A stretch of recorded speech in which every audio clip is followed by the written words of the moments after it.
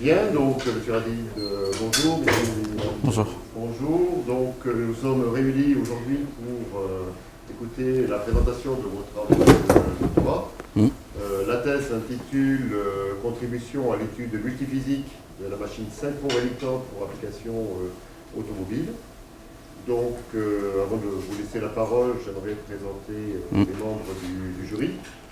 Donc, je vais commencer par les rapporteurs. Donc, M. Xavier Mininger, qui est donc professeur d'université à l'université Paris 6, donc Supélec, LGEP et donc à Gilles-sur-Yvette. Le deuxième rapporteur est le professeur Tounzi, donc, qui nous vient de l'université de Lille 1 et du laboratoire L2EP, donc le laboratoire génétique de Lille à Villeneuve-d'Ascq. Ensuite, nous avons le plaisir de réaccueillir Caroline Doc, qui est docteur et qui est ingénieur de recherche chez Renault. Ensuite, je vais passer donc aux locaux. Donc les locaux, monsieur, excusez-moi, je ne passe pas directement aux locaux. J'allais oublier monsieur Dépernay, maître de conférence à l'Université de technologie Belfort-Montbéliard et donc Fédération FCLAB Belfort. Et donc je reviens aux locaux. Vincent Lanfranchi, professeur à l'IPC, directeur de thèse. Alejandro Pino Vargas, donc co-directeur de thèse et maître de conférence à l'IPC. Et donc je dois excuser Madame Armand, professeur des universités, qui vient de l'université de Valenciennes, du laboratoire Tampon ou peut-être Lamy maintenant, qui est souffrante et qui s'excuse de ne pas pouvoir présider votre jury. Et donc, dans l'urgence, il a fallu trouver un président.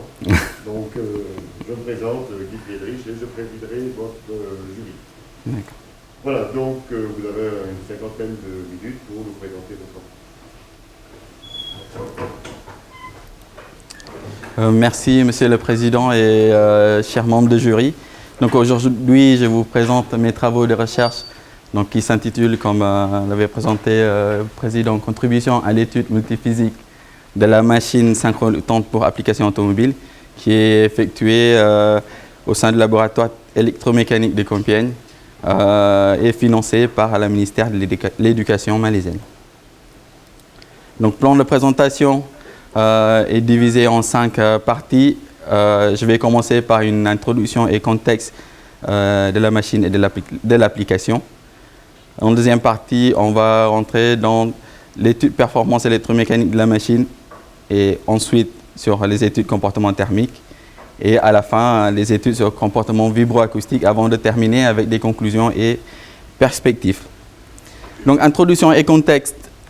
Comme on le sait tous aujourd'hui, des émissions de CO2 sont contribuées en majorité par les transports et dans cette catégorie de transports, les voitures légères sont les majeurs contributeurs d'émissions de CO2. Et donc, à partir de ce constat, aujourd'hui, plusieurs constructeurs ont essayé d'électrifier plusieurs applications embarquées dans leurs voitures. Quelques exemples ici, par exemple des alternodémarreurs qui sont bien connus, des embrayages ou bien des suspensions actives.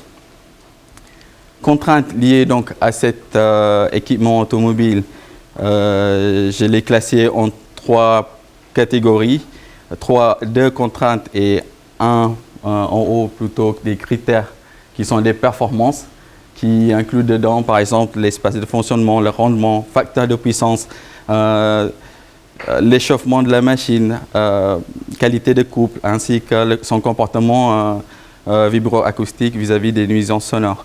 Donc, toutes ces performances-là, bien sûr, doivent être bien en prenant en compte aussi le coût et volume ainsi que la masse. Donc dans un environnement automobile, bien sûr, on a les contraintes très fortes au niveau de l'encombrement, où l'espace est très limité, les températures sont souvent très très hautes dans les endroits où on installe cette machine. Et aujourd'hui, de plus en plus, au niveau des nuisances sonores aussi, on demande que la machine soit de plus en plus silencieuse. Donc on voit très bien dans ce contexte-là, il faut, pour arriver à une conception optimale de la machine, faire une modélisation multiphysique.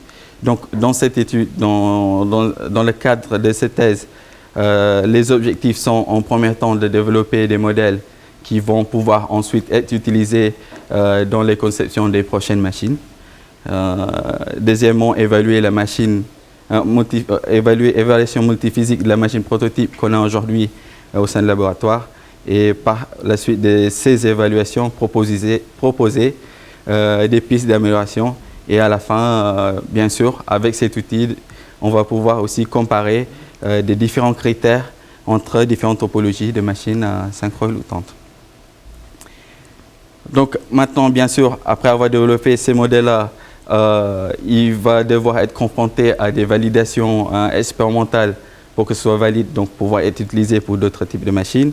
Pour cela, on a à notre disposition une machine qui a été conçue dans le cadre d'un projet en partenariat avec Valeo, projet eClutch. Donc c'était le projet de Caroline Dock que j'ai aujourd'hui l'honneur d'avoir comme une des membres du jury. Donc le projet, ça consiste à quoi? Ça consiste à, en quelques mots, remplacer des systèmes d'actionneurs hydrauliques mécaniques d'embrayage par un moteur électrique. Donc les contraintes qui sont liées à cette application-là, premièrement, bien sûr, les points de fonctionnement comme toute application.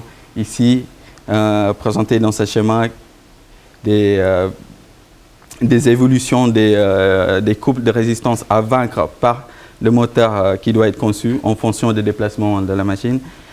Deuxième point, c'est le temps de déplacement dans cette application qui se situe entre 100 et 40 millisecondes. Troisièmement, le plus important, c'est les contraintes au niveau thermique. On voit que la machine doit remplacer le système mécanique, donc doit être placé dans la cloche d'embrayage où la température est assez élevée. Il ne faut pas que la machine dépasse une température maximale de 220 degrés, qui est la température maximale acceptable par l'isolation du conducteur. Et en dernière partie, bien sûr, on voit très bien les contraintes d'encombrement. Et ici, c'est le diamètre qui est le plus contraignant. Donc, une remarque aussi donc, par rapport à la température dans ce projet-là, on avait donc éliminé des machines à aimant permanent.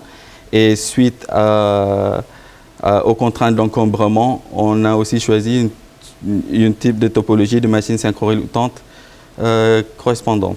Donc la machine qui a été choisie dans ce cadre de projet, c'était une machine synchro-élutante à rotor segmenté. Donc ici à gauche, le chemin de la machine prototype qu'on a aujourd'hui, et à droite, quelques photos de la machine pendant le montage du prototype. En particulier, ici, on voit le rotor segmenté de la machine. Donc après avoir vous présenté le contexte et la machine sur le contexte, les objectifs de cette modélisation et la machine sur laquelle on va faire des validations, maintenant on va passer dans la première partie, dans la première physique, qui est la performance électromécanique, les études sur les performances électromécaniques. Donc, dans cette partie, un outil de calcul de l'espace de fonctionnement ainsi que d'autres critères ont été faits. L'objectif principal, bien sûr, c'est d'évaluer rapidement les critères électromécaniques de la machine, le valider et ensuite l'utiliser pour toute autre machine dans les prochaines conceptions. Et le plus important, le deuxième objectif, c'est de pouvoir coupler avec un modèle thermique pour évaluer l'impact de la thermique sur les critères électromécaniques de la machine. Donc, l'outil, ça consiste à, en premier lieu, de tracer les espaces coupe-vitesse qui est bien sûr en fonction de la topologie de la machine, du commande et de la limitation de son alimentation. Ici, l'alimentation, bien sûr, par exemple, dans le cas de l'embrayage, ça a été limité à 14 volts 50 ampères. Ici, à droite, on voit le chemin des liens entre les différents paramètres électriques ainsi que mécaniques. La particularité un petit peu dans cette modélisation analytique, c'est que cette fois-ci, n'est pas comme d'autres modélisations qu'on peut trouver dans les états de l'art. Cette fois-ci, la résistance n'est pas négligée. Et bien sûr, en se rappelant du contexte de l'environnement, ce n'est pas négligé, surtout à cause de la température. Donc cet outil appliqué sur la machine prototype qu'on a au sein du laboratoire, donc ici c'est les caractéristiques topologiques de la machine, alimentation qui est limitée à 14 volts 50 ampères, un espace couple-vitesse, un enveloppe couple-vitesse ont été tracés en fonction de différents angles de charge, en fonction de différentes commandes ici, qui est représenté par les différentes couleurs. Donc une remarque par rapport à cet espace coupe-vitesse, que même ayant une machine et avec un rotor passif, on peut quand même trouver dans la partie sur vitesse quelques degrés de liberté en changeant la commande pour aller trouver des points de fonctionnement différents. Avec le même outil, donc, on a pu aussi calculer les facteurs de puissance. Donc ici projeté en cartographie sur l'enveloppe coupe-vitesse, et aussi à droite des calculs de différentes pertes comme perte de joule, perte de fer, la puissance mécanique, ainsi pour déduire le rendement. Ces facteurs de puissance, on va le voir ensuite dans cette présentation. Et le plus important, la partie droite, tout ce qui est perte, sont des données d'entrée pour la modélisation thermique dans la deuxième partie que je vais présenter tout à l'heure. Donc, ces différents points de fonctionnement et différents critères qui ont été calculés vont devoir bien sûr être confrontés à validation expérimentale.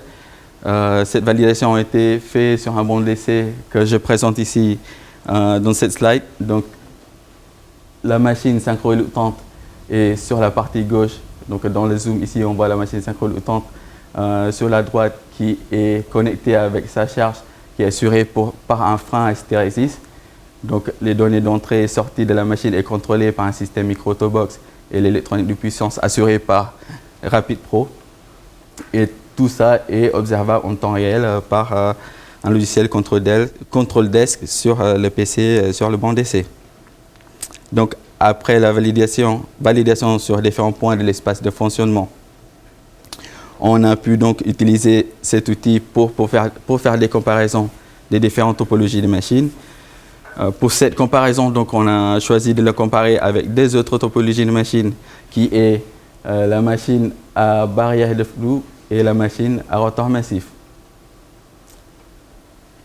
Donc la première comparaison, résultat de comparaison avec la même structure de stator et la même limitation en alimentation et avec un angle de charge à 45 degrés, on retrouve en bas à gauche les espaces, l'enveloppe coupe-vitesse des différentes machines. Donc les codes couleurs, les rouges, le rouge c'est le rotor segmenté, le vert le rotor à barrière de flou et le bleu le dernier rotor massif. Donc on voit qu'entre le rotor segmenté